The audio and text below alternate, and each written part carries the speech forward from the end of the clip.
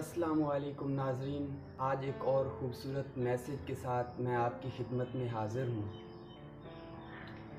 ناظرین کرام، میری آج کی گفتگو کا موضوع ہے کہ آپ کی زندگی کے ایسے فیصلے جو آپ کی اولاد کے فیوچر کو، آپ کی اولاد کی زندگی کو تباہ و برباد کر دیتے ہیں۔ ناظرین کرام، میرا آج کا میسج اس ان کو کون کے ان تمام پیرنٹس کے نام ہے کہ میں نے ہمیشہ اپنے معاشرے کے اندر ایک چیز دیکھی ہے کہ اکثر لوگوں کو آج کل کے دور میں ہمیشہ ایک شکایت ہوتی ہے کہ میری اولاد جو ہے نا نافرمان ہو گئی ہے، اور میری اولاد جو ہے نا اپنی مرضی کرتی ہے، میری اولاد میرا کہا نہیں مانتی۔ تو میری آبزرویشن کے مطابق اس میں جو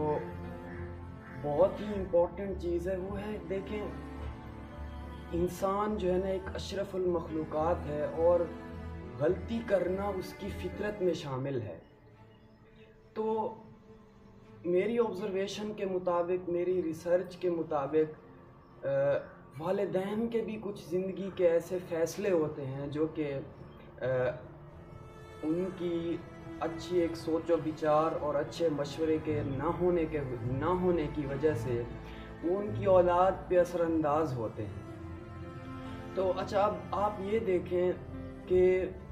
اللہ رب العزت نے میاں بیوی کا ایک خوبصورت رشتہ جو ہے نا بنایا ہے کہ میاں اور بیوی دونوں ہی ایک دوسرے کے اوپر ڈیپینڈنٹ ہوتے ہیں۔ تو اب آپ یہ دیکھیں کہ اللہ رب العزت نے انسان کو اس دنیا میں بھیجنے کے ساتھ ساتھ حیات بھی عطا فرمائی، اور ایک اور جو انسان کی زندگی میں ایک اٹل حقیقت ہے وہ ہے موت۔ تو موت جو ہے نا، آپ یہ دیکھ لیں کہ اس دنیا کے اندر جتنے بھی فرقے ہیں، جتنے بھی جو ہے نا مسلم ہیں، نان مسلم ہیں، ان کی زندگیوں میں مختلف اختلافات پائے جاتے ہیں، لیکن موت ایک ایسی چیز ہے جس کا انکار نہ ہی آج تک کسی سائنسٹسٹ نے کیا ہے، اور نہ ہی کسی مسلم نے، اور نہ ہی کسی نان مسلم نے۔ تو اب آپ یہ دیکھیں کہ اللہ نہ کرے اگر کسی انسان کے اوپر یہ مشکل آ پڑتی ہے، اور آپ یہ دیکھیں کہ بعض اوقات ہمارے ملک کے اندر، ٹھیک ہے، اس قوم کے اندر جو ہے نا میاں بیوی کی بعض اوقات ان دونوں میں سے وفات ہو جاتی ہے۔ تو اب آپ یہ دیکھیں کہ اللہ رب العزت نے جو ہے نا ایک انسان کی ضروریات کو پورا کرنے کے لیے، ٹھیک ہے، بہت سارے وسائل بھی پیدا کیے ہیں، لیکن جو میاں بیوی کا ایک رشتہ ہے نا، یہ جو ہے نا ایک دوسرے کے اوپر ڈیپینڈنٹ ہے، اور اگر خدا نہ خواستہ میاں بیوی میں سے کسی شوہر کا یا کسی بیوی کا انتقال ہو جاتا ہے، تو اس میں جو ہے نا ایک مرد کے لیے یا ایک عورت کے لیے بہت ہی مشکل ہے کہ وہ اپنی زندگی کو سروائیو کر سکے، ٹھیک ہے، ایک میاں اور بیوی کے بغیر۔ تو اچھا، اب آپ یہ دیکھیں کہ اس میں جو ہمارے پاس بڑی امپورٹنٹ چیز آ جاتی ہے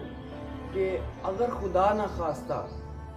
کسی مرد یا کسی عورت کو کہیں دوسری شادی کی ضرورت پڑ جاتی ہے، تو اب آپ یہ دیکھیں کہ جب بھی کسی مرد کا، کسی شوہر کا انتقال ہوتا ہے تو اس کی بیوی کو جو ہے نا ایک دوسرے مرد کی ضرورت ضرور پڑتی ہے، کہ کیونکہ مرد کے بغیر جو ہے نا ایک عورت جو ہے نا بڑی مشکل سے جی پاتی ہے، ٹھیک ہے، بچوں کی تعلیم و تربیت، ٹھیک ہے، ان کی خوراک، ان کا کھانا وغیرہ۔ تو عورت جو ہے نا ہمیشہ ایک فیصلہ لیتی ہے کہ یار دوسری شادی ہمیں ضرور کرنی چاہیے،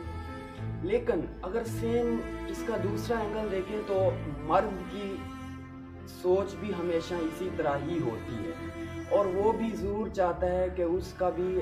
زندگی میں کوئی ایسا ساتھی موجود ہو کہ جو کہ اس کی زندگی میں آسانیاں لائے، ٹھیک ہے، اس کی اولاد کی تربیت کرے، ٹھیک ہے، اور جو ہے نا اس طرح کے معاملات ہوتے ہیں۔ تو اب آپ یہ دیکھیں کہ اللہ رب العزت نے، ہمارے اسلام نے دوسری شادی کرنے سے منع نہیں کیا، لیکن جو بڑی امپورٹنٹ چیز ہے وہ یہ ہے کہ